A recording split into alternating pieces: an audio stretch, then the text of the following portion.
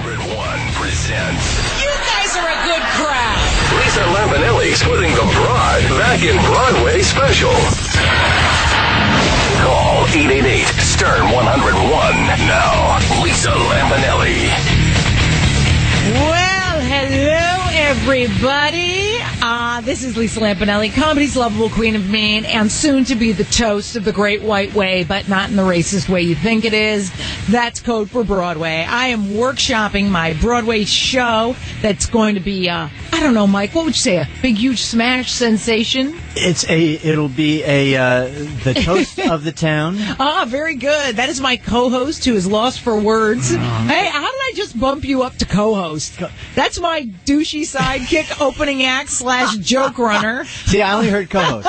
Yeah, Mike Morse. And I'm just really excited because I've been working on this Broadway show for 3 years almost. It seems like forever. Oh, my God. And I'm finally doing little workshops of it next week to get it ready if we open on Broadway next fall. What is the dream date? The dream date would be probably next spring, because I want to put it off as long as possible, because it's a pain in the cunt. Because when you do a Broadway show, ask anyone, we'll have actually some Broadway people calling in later, like Colin Quinn, who I couldn't believe he made it to Broadway. Really? I mean, this is a guy.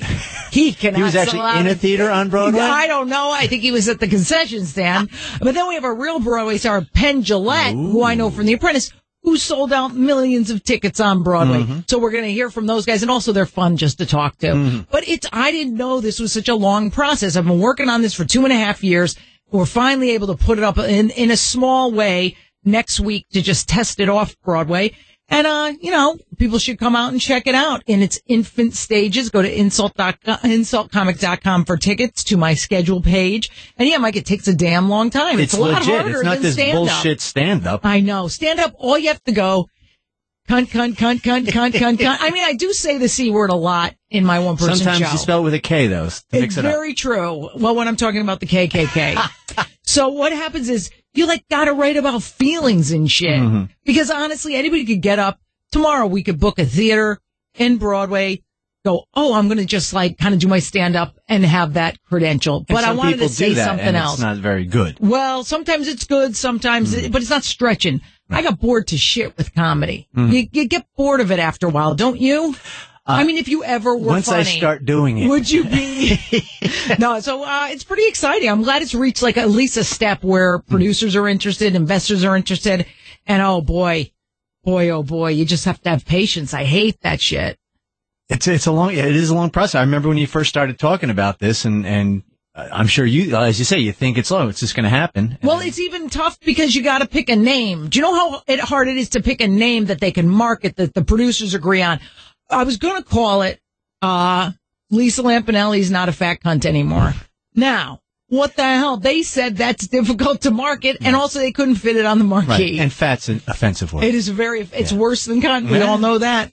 So I'm saying, even the picking of the title, the easiest thing seems like a hardship now, So I think we settled so far on a title. But I want people to call up and give me suggestions for what I should call my one-person show on Broadway. Because it is funny, it's hilarious, but it does have a few freaking feelings which everyone, including myself, are uncomfortable with. They'll be finding out about the real Lisa Lampanelli. I know, because there's twisted shit, Mike. You realize, because we're just very flippant on stage, but once you get started talking about the molestation and the date rapes, sure, none of that happened, but I'm going to talk about it anyway. I thought about my life. Yes, there you go. So everybody should call in to chat, 1-888-STERN-101-101. Call in and talk about anything and everything. Help me name my damn show. Call in and talk to Colin later and Penn Jillette later, and we'll just jam. Now, I would like that. Were you always a Broadway fan? That's what I wanted to know. Was this always something you wanted to do? Well, you know what? It dawned on me 2 years ago that I was bored and I wanted to do something different, and this seemed to present itself. However, I was a big theater fag in high school. Believe it or not, I was the darkest person in my high school because I'm Italian in Connecticut, and I played Maria in West Side Story. Really? Yes. Now that's a Latino part. As far as I know. I know. So, honest to God, back in 1978, okay, I'm that fucking old. I'm 51. I was pretty much in blackface playing Maria. And back then you didn't like have temporary dye for your hair. You had to spray it with spray paint. Right. So I had this horrible, oh my God, it was horrendous. And I just imitated the record. I'm a good mimic. You know, I'm sure I'm no Gilbert Gottfried because I actually make good money, and I'm not a cheap bastard Jew who needs to always be grabbing the food before he leaves the building. But honestly, it's just weird. I had that little Broadway thing in me, like from day one. Let's stop right now. Do you have a VHS copy of that performance? Well, 1978, I don't think there was VHS. There had to be something. Mimeographs, or what did they do? Mimeographs are those freaking... What did they do back then? It was like Thomas Edison in the back? I think I have photographs. Maybe we could someday play some of the recordings on our Victrola. That would be fantastic. Ladies and gentlemen, here's Lisa Lampanelli. Oh my God. Well, we have callers already. Mike in New York, you're calling to talk to us. Mike, how you doing? Good, Lisa. It's really good to hear you. I actually saw you in Albany at the Palace for my second time, actually. Oh my God. Are you up in Albany? Is that where you are? Well, I'm close to Albany. I'm in Saratoga, like where the racetracks are. But yeah, it was my second time. I thought you looked great. You lost a ton of weight. I thought you looked really good at it. Oh yes, Mike. The exact count, so everyone out there knows, 106.2 at this point. Thank you very much. But I did take a big dump right before I came on air, so let's just round it up to $110. Now, Mike in New York, you have a gayish sounding voice. That's certainly not an insult, as you know. I'm big with the cornholers. Are you a gay? I am. I know, thank God. Don't ever be ashamed of that, Mike. You people should be allowed to get married and do whatever else us straight people who are kind of better than you are allowed to do. Now, do you have a suggestion for my show name? Because remember, now I'm skinny, I'm super fucking wealthy and hot. Okay, not the hot one, but for me, I'm a 7. So what would you call my show if I was talking about the real me? I would keep it simple, like Lisa Lampanelli Live or Out Loud. He's not gay. There's no way a gay person. Because Lisa Out Loud, though, that's that's a really gay terminology, right, Mike? I don't know about that, but... Well, no, when they go, I'm living out loud, that's what the homos do. Now, do you take any offense at homo jokes? Because I must tell you, despite it being a one-person show, coming to the Great White Way, I do some cornholer material. Would you take offense at any of these jokes? Oh, not at all. See, that's what's a good guy. Were you ever bullied? Because I enjoy those stories. They make me laugh. No, but I watched a lot of people get bullied, so it was... So you stood, you stood idly. It's great how you stood idly by and watched. Made some snarky comments. That's great. As long as they were dressed well when they were bullying people, that's okay with you. Mike, I love you. I need you. I can't live without you. When this show finally, if ever, comes to Broadway, you are coming down. Okay, faggot? That sounds good to me. Love you. Oh, this is interesting. Booger in Pennsylvania. Is there really a person named Booger? This is just horrible. Booger, are you really, is that your name? No? He was so embarrassed. Booger, is my that real name? Yeah, can you hear me? Yeah, go ahead. My real name's Chris, but my friends call me Booger. They're not your friends. Yeah, we have to know why. Why is that? When I was a kid, I used to pick my nose in the fence. I would hide my face in the fence and pick my nose, and somebody caught me, and they called me Booger. I love it, and it stuck. That's fantastic. Now, where are you from in Pennsylvania? What horrible place? Du Bois, Pennsylvania. Which is near? It'd be about oh my God, 32 miles east. Are you sure? 32 miles east of State College. Du Bois? You mean Dubois? Yeah, Dubois. Not Du Bois, as in Jerry Sandusky Du Bois. It's Dubois. Well, this is near Penn State. Yeah, true. Now, what is your... People from out of town call it Dubois, but it's Du Bois. Okay, Booger, I'm losing oxygen and patience. What's your suggestion for the name of my one cunt show? The Queen of Comedy. Well, that's good, but sadly it was already taken. Mm-hmm. There were these 4 black chicks who were actually damn funny, called the Queens of Comedy. Now, maybe I could call it the Cunt of Comedy. Booger, do you think that's a good edit? Yeah. All right. Well, if it made you laugh, I'm happy. Let's go to Scott in Massachusetts. Scott, show name for Lisa Lampanelli. Come on, help me out. I'm getting this bullshit. This is a good one. Go ahead, Scott. Lisa with a C, like Liza with a Z. I get what you're saying. I get where you're going for. Like Lisa has a C because she's a cunt. Yes. Oh, Scott, anytime a guy throws around a cunt word, I'm very happy. I find it very sexually arousing. So thank you for this suggestion. And Scott, are you a gay also? Because honestly, anyone who knows Liza is cornholing. I am not. What? No. Then how do you know Liza Minnelli? How you watch TV? Oh, okay. Closet gay. Okay. In the Z. I thought it worked. Okay. I love you, Scott. Thank you for calling. Right. I don't know. I think you have to be gay to be calling in about this subject. Yeah. I mean, really. I feel a little gay sitting here. I know. I think you're turning gay the more we hang out. Matt from Illinois, also known as Illinois. Illinois. How are you, Matt? Very good, Lisa. Hey, I got a serious question for you. Yes, go ahead. Picturing you on Broadway, I imagine when you're doing your stand-up, you're reading the crowd and can see their faces and you're interacting. And you're doing a one-person show, you won't be able to do that. I mean, you're on your own momentum. I was just kind of curious about that. Matt, that's a very good question because you know what? When I had to do stand-up, I liked the first 10 rows to make sure I could pick out all the people, like the blacks, the Asians, the Jews, all of them, all the people who are very important to me to make fun of because honestly, you can't just make fun of Whitey. You got to spread it around. But I think with the Broadway show, I'll have to slip $10 or something to the lighting guy to light those rows too, because it is going to be more scripted, but you still have to do what you're known for a little bit. You got to go, okay, I'm going to make fun of this guy or that guy and do a little controlled crowd work. Mike, don't you think it would be smart to kind of at least stay with your essence, even though you're doing a different venue? They're here to see you, and they're going to expect a little of that. So, yeah. So. I think so, too. And also, you don't want people leaving going, oh, boy, that was serious as fuck. I mean, it's not, you don't have to go extreme. Right. It's a funny show. It's a very funny show. It's really funny. And just because there's 3 or 4 moments where a tear may come to the eye, that's not a big deal. Because if you're emotionally, unavailable, you'll still laugh through the rest of it. That's what I think. I think I'll keep all my fans despite this. I mean, look at Colin Quinn. That's a guy who, very intelligent, and I imagine gained 3, 4, 5 new fans from doing that show. One of them being Jerry Seinfeld. Now, isn't that wild that he had Seinfeld direct his show? There has to be something there. We have to ask him about that. Yeah, I do want to know because, there's no fucking way Colin's that funny. No, I love him. If he's listening, but he's not. No, he's not. Can't afford Sirius. Don in New Mexico, are you there, buddy? You bet. I got a name for your show. Okay, go ahead.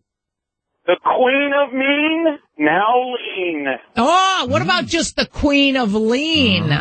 Yeah, but Queen of Mean, people know you as that, but now they know you're lean. Yeah, but what if I put my picture on the poster? Then they go, who's that lean cunt? Well, I don't know about that. I just thought it was a pretty cool name. It is, Don. Don, I have definitely written it down for future reference. She hasn't. I have, Mike, fucking asshole. I'm so smart. Okay, my assistant wrote it down. That's how famous I am, okay? No, but I think it's great that people actually give a shit and want this name something good. Because you should put your name in it. Like, come on. What was Kathy Griffin's called? Kathy Griffin Wants a Tony. She put her name in there. Right. Louis Black, probably called Louis Black on Broadway or Black in Black or some shit like that. You got to put your name in. I've learned from this New Mexican, even though he's close to Mexico. I think Colin Quinn somehow got Jerry Seinfeld to direct this. There you go. There you go. And hey, you got to learn from Penn and Teller. Penn and Teller on Broadway. That's it. That's all you need. Tom in Queens, how are you? Lisa, we love you. I'm driving my Filipino wife home. She can't drive. I have to do all the driving. Oh, my goodness, you racist. I love you. Lisa, we thought of a great name. Okay. Lisa Lampanelli loves big balls, and it could be you on a poster with 2 basketballs. Well, we can market it towards all the sports people. We can market it down. I know who loves basketball. Well, you know what's funny about you, Tom? I hear a little Asian laughing in the background every time you talk. It's so cute. Like you have this kidnapped little illegal alien with you who's laughing, ha ha ha, an ancient Chinese secret. Listen to her. Love you, Lisa. I love you too. Bye, Ching Ping. Chris in South Carolina, how you doing tonight, bitch? Doing good. What's up? I got a name for you. Go ahead. Well, two names, two possibilities. Can you draw it out a little more, sir? Lisa Lampanelli. Yeah. A real man's man. Not bad at all. Or you could go with a real cunt's cunt.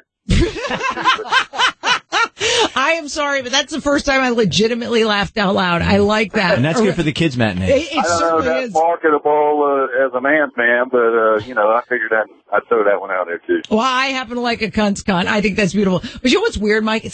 Broadway's like a different world. Mm-hmm. Like, because even these workshops that I'm doing next week, I asked a friend of mine who's big into theater to market a little on his website for me to get, like, crowds in there. Well, all it says on my website is, this ain't stand-up, bitches. And he goes, I doubt that I could put that out there with a Broadway crowd. So they, like, get really annoyed at even the word bitch. So I'm going to have to figure this out. Because remember there was a show Chris Rock did called Motherfucker in a Hat? Right. They had to change that to MFer in the hat. It just doesn't ring the same. Well, I mean, but didn't they have puppetry of the penis on That's Broadway? true, but penis is a biological term. And adorable. I mean, what? And vagina monologues. So I have to name it something that has to do with a clinical word. Like, remember how Howard used to get so mad, and rightfully so, that Oprah could say penis 5,000 times, but he was the one under fire from the FCC? Right. This is how they're going to come down on me. I got to do it like real classy. And I am nothing if not classy. Oh, as you know. You got class coming out your asshole. Now, what do you think? Since this show, Mike, requires a little acting on my part, do you feel that I'm up to this challenge? I believe so. Now knowing that you've actually done high school productions, Yes. And as you know, my movie career is very stellar. Oh. Well, yeah, that's a very good point, because I'm sure that your memorable appearances in Drill Bit Taylor and Larry the Cable Guy Health Inspector. Listen, you laugh, but those movies were huge on the Greyhound bus that they were played on. You know what sucks about my life? See, this is why I have to work so hard, and this is why I identify with Howard. It's like you always feel like you only get so far, and then there's a wall up for you. You know? Like, it's like I do the one Judd Apatow movie that sucked. How was that possible? He doesn't call me for Knocked Up. He doesn't call me for what? That's Super Bad. Right. Or any of those. 40-year-old virgin. Yeah. Drill Bit Taylor. Drill Bit. The day after Owen Wilson commits suicide, the movie comes out. It's like, of course he's going to kill himself. The movie was horrible. But you know what? I do feel my acting prowess will help me in this. I'm very, very good. And you did the David Chase movie. So that's an actual real movie I did. I think, though, by the way, I hurt Larry the Cable Guy's feelings because I was on one of the late night shows that I will not mention. And the host said, so is this your first movie, right? And I go, oh, no, my first good one. About the David Chase movie. So I hope I didn't hurt Larry, but he's not listening. No. He doesn't have indoor plumbing. He's there sitting on top of a sack of money. No shit, man. God bless him. Lonnie in Denver. How you doing, buddy? How are you? Oh, boy, good. Hey, I got a suggestion. Yes. You are awesome. Hey, how about the lean queen of me? You know what? Now we're getting somewhere because Mike, you're physically watching me write this down now? This one she's writing down. Because you know what I feel? The other guy had got us started on the roll, but this compacts it. Has nice, what we call alliteration, nice rhyming. I enjoy a good rhyme every now and again, like dice. Oh my God. Let me tell you about the message he just left me. Really? And, but the lean queen of mean is not too bad. I like it. Lonnie, good for you. God bless you. If only it had cunt in it. So thank you. Bye-bye. Oh, my God. We have to break already? We didn't even get to our subjects. Well, anyway, people, give us a call, 188-STERN-101, and call in. Talk to my guest this first part of the hour, who is the famous, the fabulous Penn Jillette. We'll be talking to Colin Quinn later. Call in. Suggest a name for my show. Come see my workshop next week, InsultComic.com. We'll be right back. It is fun to make fun of everybody. Lisa Lampanelli's putting the Broad back in Broadway special. Howard 101. I love Lisa Lampanelli. Call 888-STERN-101. You guys are a good crowd. Howard 101. Hey, everybody, I'm back. The Queen of Mean back. Lisa Lampanelli with Mike Morse. We're doing my special, putting the Broad back in Broadway. Well, I wanted to call it Give My Retards to Broadway, but those people's mothers can get really pissed. You do one autistic joke on a Trump roast once, you never hear the goddamn end of it. You don't need it. You're a legitimate actress. I am an actress. I am actually workshopping my soon-to-be on Broadway show. Ooh. I'm doing it next week on March 21st, 22nd, and 23rd at a small theater in Manhattan. So if you'd like to get tickets, go to insultcomic.com or telecharge. It's way cheaper to see it in workshop than when it comes to Broadway. That's a good way to promote, actually. You can see me now for $20. When's the last time anybody got me for $20 fucking dollars? Comedy-wise? Yeah. Good point. Thank you. Now, workshop, what exactly does that mean? What are you doing? Well, it means we retooled the script. I'm working on it with Alan Zweibel, who's an original SNL writer, who oftentimes pees a lot in my house because he has prostate concerns. And we workshopped it. We wrote it. We love it. We're putting it out there. I'll have a bit of a script, but it's a lot of, just seeing what works for a theater crowd opposed to just a full stand-up crowd. Okay. So who knows a lot about Broadway, despite his girth and size, is my good friend, and I call him that because I mean it with all my heart, Mr. Penn Jillette, who is my very special guest today. Penn, I am honored and thrilled. People call 1-888-STERN-101 to call to Penn or myself or even Mike. Penn, are you there, my friend? I'm right here. Yeah, I'm right here thinking about $20. It's pretty expensive, I think, to have you if it's not comedy. If it's not comedy, yes. No, it's going to be funny, I promise. Like, Penn, when you tell me about this, because when I thought Broadway, I said, I remember my good friend Penn Jillette has done several Broadway runs. Is that true? We've done 2 Broadway runs and 2 off-Broadway runs, and the 2 Broadway runs both went for a very long time. So we were on Broadway a lot, and I liked it. My advice to you is do Stern Radio to sell tickets. Yes. I think that really will work. Now, did you find, though, because you're Penn and Teller, I mean, you guys are world famous. You're not magician famous. You're not America famous. You're worldwide known. Did you find your tickets just flew out the door? Well, no, but you're confusing chronology. We went to Broadway fairly unknown. We were certainly much less well known than you are when we went to Broadway. Wow. That all came subsequent to Broadway. When we hit off Broadway, we were completely unknown. Absolutely. We were carny trash. We've been working carnivals. So when we hit off Broadway, and it was like a year later we were on Broadway, we had just done Saturday Night Live and just done Letterman and Stern and so on, but we were not deep into our career. It's not like we're going back to Broadway now. You have a much bigger leg up, so to speak, than we did. Wow, I did not know that. So was it difficult to sell tickets being this duo that you say was largely unfamous? Yeah, you're always trying to sell tickets. We're in Vegas trying to sell 250,000 tickets a year. A great producer once said to me, if people don't want to see a show, there's no stopping them. That's a great point, man. But, we did all right. But I really wasn't kidding. Saturday Night Live, Letterman, and Stern by far sold the most tickets. I'm not surprised to hear that. I mean, it's like, if Stern gives you the stamp of approval, his audience knows you have to be pretty damn good. So I'm glad to hear that helps. And it's also, Broadway is a really, really, nice form to work in. I mean, for us, going to Broadway was going to a very, very big theater. For you, going to Broadway is going to a very, very small theater. I mean, when's the last time you played 1100? That's a good point. That's a good point. It's a small theater for you.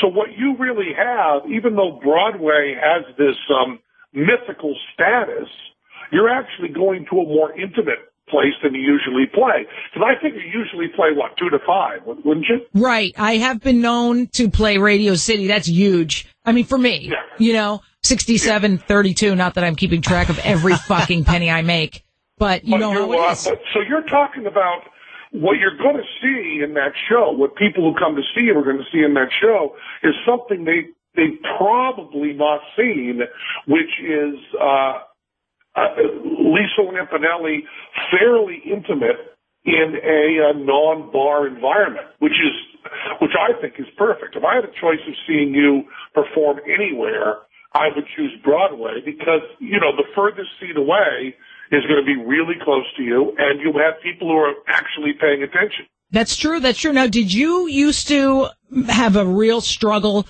with the 8-show-a-week thing? Because I know you work your ass off in Vegas, but that's now. Back when you were just doing Broadway and it's 8 times a week, were you exhausted all the time? I'm going to tell you nightmare stuff. When we did the show, we were producers. And we were directors and stars and everything. So we had control. So during hot weeks, during like Christmas to New Year's and stuff, right, we would go up to 12 shows. Oh, my God. Wow. Greed almost ended our lives. and for a while, because Teller wanted to have more days off, we would do 2 shows Friday, 3 Saturday. Oh, my God. 2 Sunday, and then 1 on Monday, then Tuesday, Wednesday, Thursday off. Wow. Now, when it comes to you and Teller, who really calls the shots? You mean in bed, or you mean... No, more or less, like, who kind of... Because I've got Catcher written all over me. Yes, you do. It really is. I mean, as disgusting and hippie-ish as this is, it really is a partnership. We really do decide.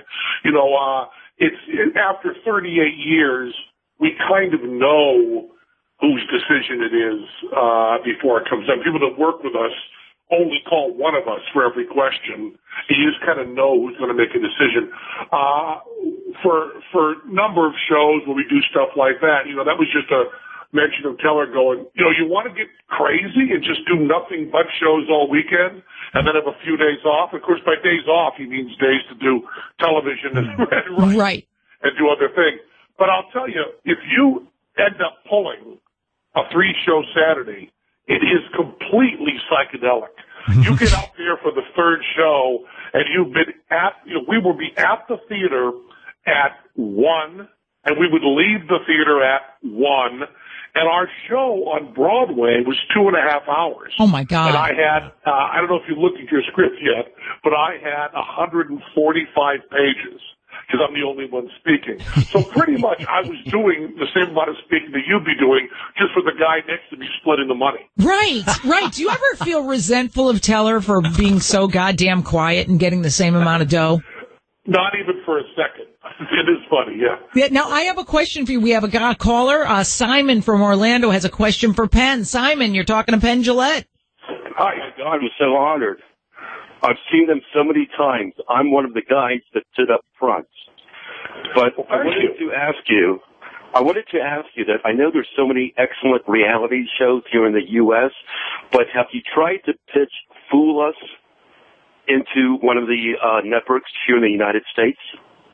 Yes, constantly. And I could go through a litany if there's slight problems with it, and we still have a chance of doing it maybe as a special. For those who don't know, we do a show over in the UK called Fool Us, where magicians come on. It's completely straightforward. There's no lie or hype in it. Magicians come on and do a trick with Teller and I in the audience, and we get a minute to figure out how they did it. And if we can't figure out how they did the trick, they fly to Vegas and open our show, and we pay everything. Oh. So we get to see the hardest magic in the world done by the best magicians in the world, and we have about a minute to think about it and talk to each other about it, and then and either bust them or they fool us.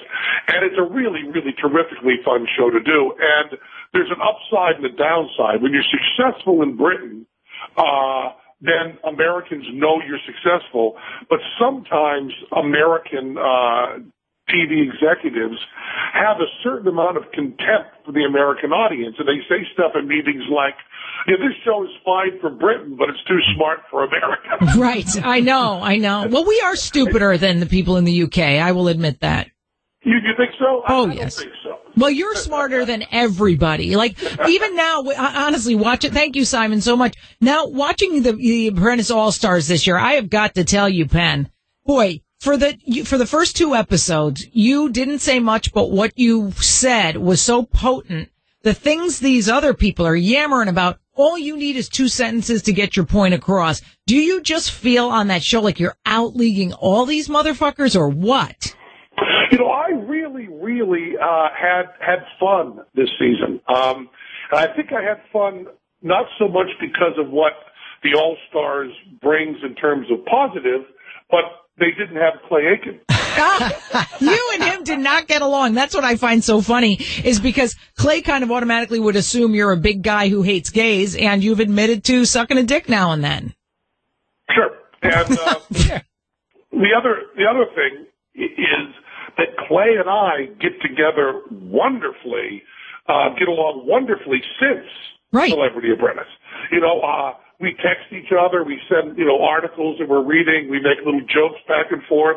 When I did the D. Snyder roast, Clay texted in a joke that I could read. Oh, that's cute. While I was doing the roast. And we get along famously. We just do not do well in a work environment. Well, I will say, Penn, you show much patience. What would you say is harder, having a run on Broadway or not kicking Omarosa in the cunt? Well, certainly, being on Broadway is easier. I loved every moment on Broadway. It's fabulous.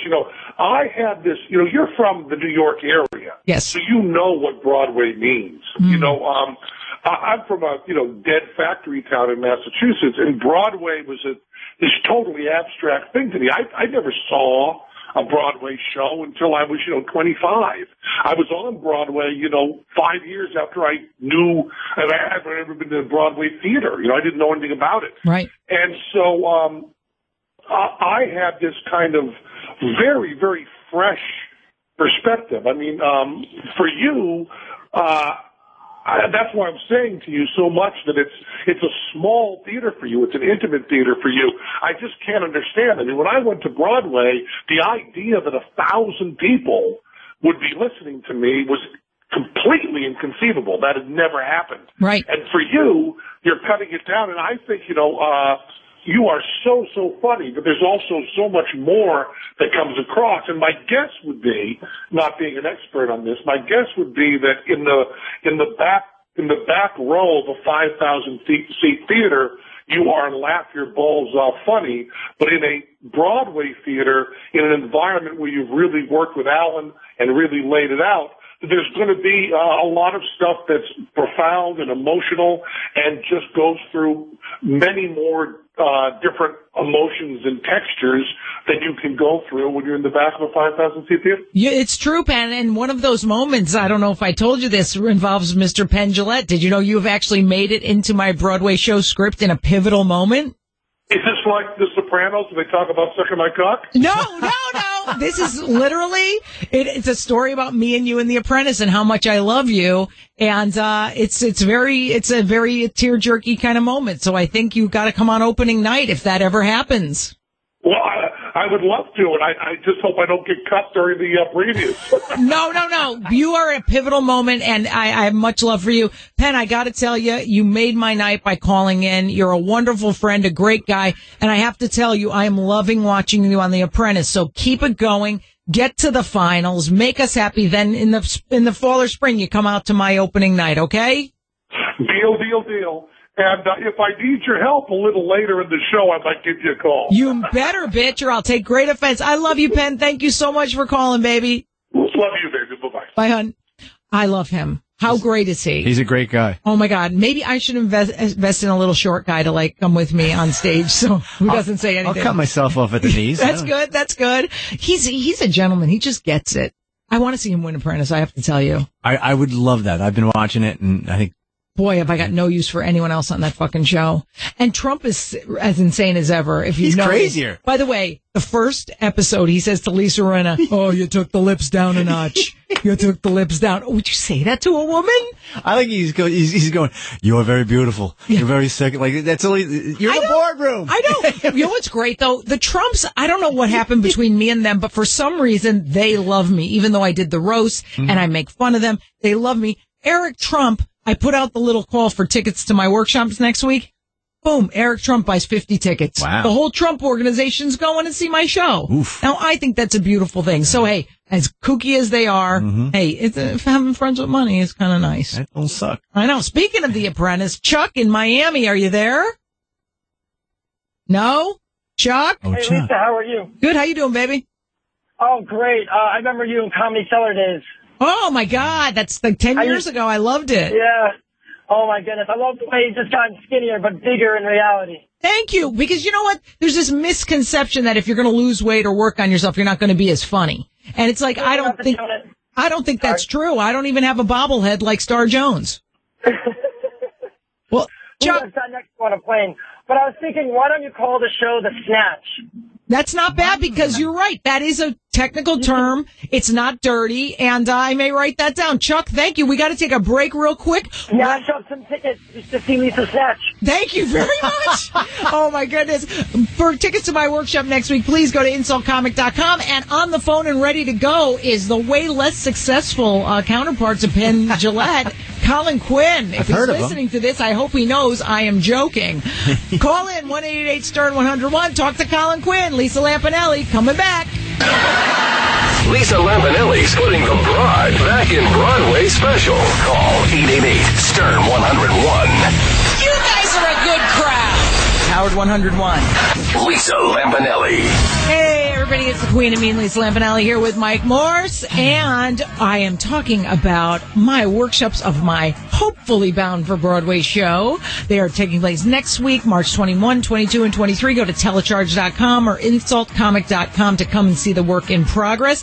And speaking of works in progress, there is my good friend, my Irish donkey pal.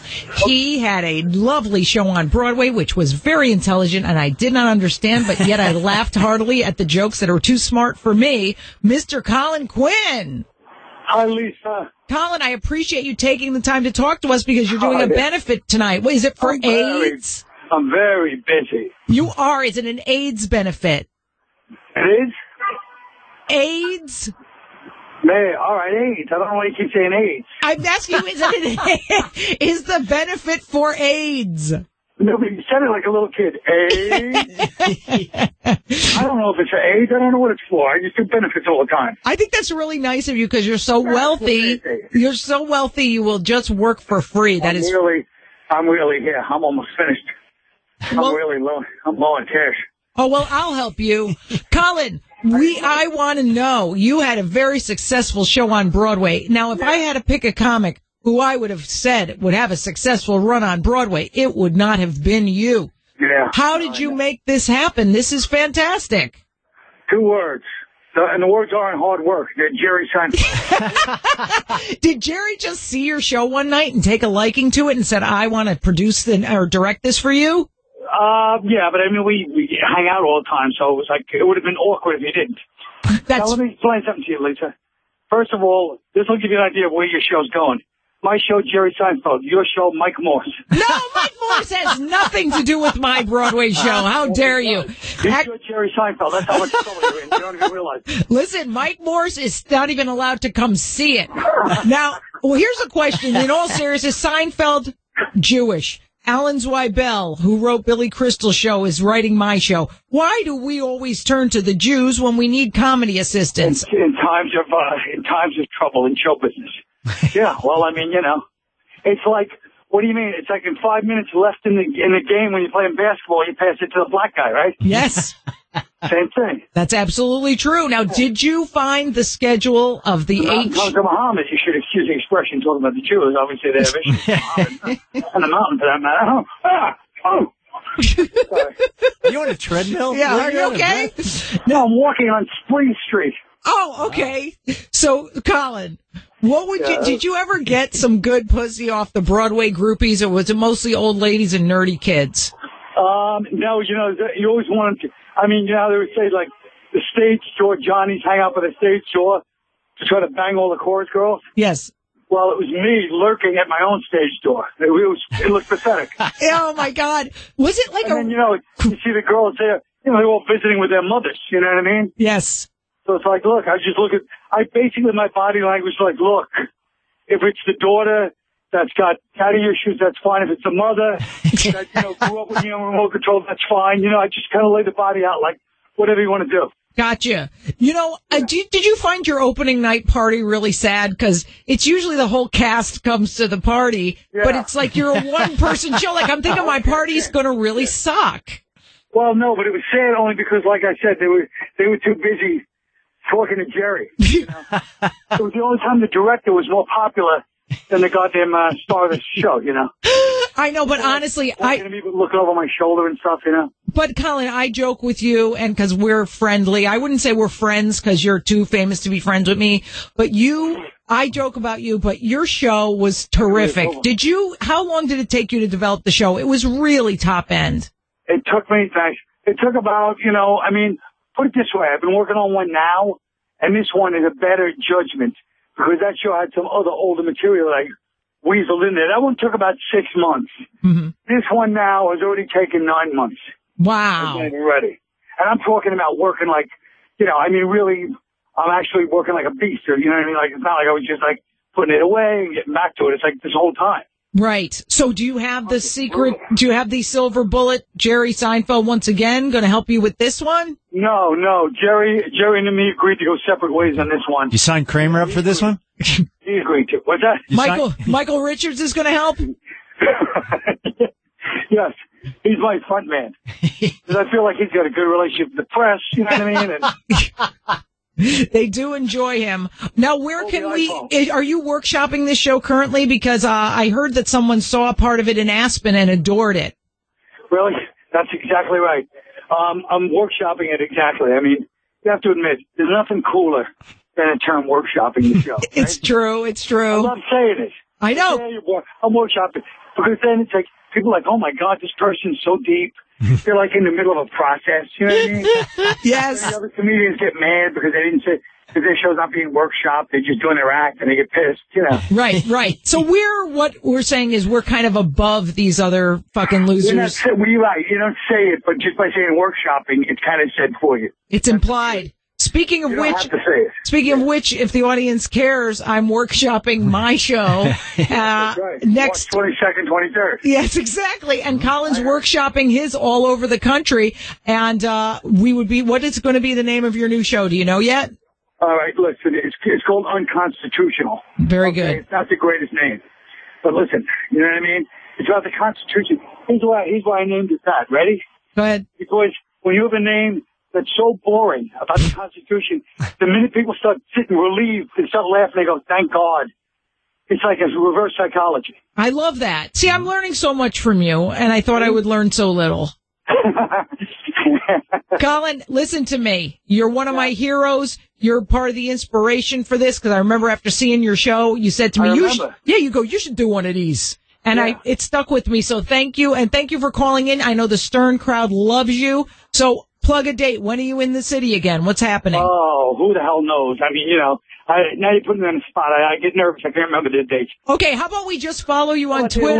Follow me on Twitter. Okay, at I am Colin Quinn. Is that what it is? Colin Quinn, yeah. Dude, I love you. Thanks for calling in. You're the man. You too, Lisa. Bye, honey. Bye. I love just called you a man. I am, sort of. I strap it on. Maybe that's what the show should be called. A couple callers we should take, not to be rude to my audience. Lynn in Connecticut, are you there? Yes, Lisa. So happy to be able to talk to you. The last time I did, you were at Foxwoods and we bought a CD from you. Oh, how great. That's when I used to sign autographs because I used to care. Oh. Back then, yeah, you really were hustling them. Exactly. Now I'm like making money. Now I'm like, everybody annoys me too much. I'm a star. I have to go in the backstage. But Lynn, I'm glad you came out. I enjoy that. A matter of fact, Lynn, you know what? How many times have you seen me? Probably 4 or 5. We go to Foxwoods every time you're there. Oh, well, you know what, Lynn? I got an idea because you're a team player. You're in Connecticut. I'm going to give you a little quiz about Lisa, and I would like to see how much you know about me, having seen me 5 times. Does that work for you? Yeah, you give me a shot. I like her. Mike, you got some questions for her? All right, let's see here. Lisa started doing stand-up A in 1987, B in 1991, C in 1995, D as one of the conditions of her parole from federal prison. I think it's D. Okay, it's not the right answer, but it's the funniest one, so I'll give her that. I have a good one for you. Now, you have to know this if you're a real fan. The first roast I did for TV was A, Chevy Chase, B, Donald Trump, C, Flavor Flav, or D, a delicious tenderloin on the Rachel Ray Show. I think I saw Flavor Flav before, and the other two. I'm not quite sure. I don't remember a lot of dates. But, I know. It sounds to me like you have a bit of the Alzheimer's. And of course, the answer is Chevy Chase. You know, when you get 60 years old, Lisa, it's what happens. You know, we old folks have trouble with it. Wait, how old did you say you were? 60. Oy vey. You know, we love you anyway. Well, here, you know what? I'm feeling like I want to give you some tickets, but you have to answer one last question because your answers are funny, but they're all wrong. How did I first meet Jimmy Big Balls? On a blind date, a radio show, a night out in a bar, or an intense sugar high from eating Krispy Kreme donuts? If I remember, it was, I knew you were going out with somebody else when you met him. I thought it was when he was performing. Well, you know what? I would give her a ding, ding, ding, because she's right. I was going out with someone else. She remembers intense details. She said he was performing, and that's what you call what Jimmy did on the radio. I would say yes. She went. Now, Lynn, because you have been so great, I am going to give you a pair of tickets to see me next week in New York City at one of my workshop performances. Would you like to come out and see Lisa Lampanelli? Of course you would. Love to see you. Cool. Well, stay on the line. Our producer will give you a choice of March 21, 22, or 23. I thought she was adorable, She Mike. was, and I ding her. You would, even though she's 60. 60's a new 19. Hey, why not? Why not? Let's see. Oh, we have time for a couple more questions. Yeah, Cammie. Cammie in St. Louis. Where are you, Cammie? I'm here. How are you? I am. Go ahead. What's your question, honey? All right. First of all, we saw you in St. Louis. You were very funny in the boring little town, and we appreciate that. You're welcome. And second, I just wanted to say thank you for finally making fun of us lesbians. Oh, you're welcome, because you girls used to be a pain in the snatch. You'd sit there with your flock of seagulls haircuts, you'd have your goddamn baseball bats and your goddamn softball mitts and always give me a stealthy look. But now the lesbians have gotten prettier.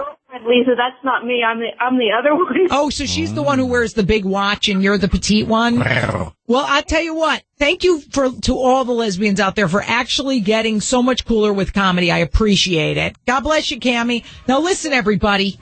I had a great time. This hour flew too fast. Mike Morse, I thank you for being here. You're very welcome. You add much, although it is unnoticed by anyone but me. I must tell you, thank you to my favorite person, my Lord and Savior Howard Stern, who allows me these airways whenever I need to. I'd like to thank all the people for calling. If we didn't get to you, I apologize. There's a woman who had a dream about Colin Quinn. I wish I'd gotten that one because it's got to be a nightmare. And thank you to Colin Quinn, Penn Jillette. Ladies and gentlemen, come see my workshop next week in New York City. Go to insultcomic.com for tickets. And, hey, it's Lisa saying, give my retards to Broadway. Thank God I'm not fucking singing. Thank you, guys. God bless you, Howard. Good night.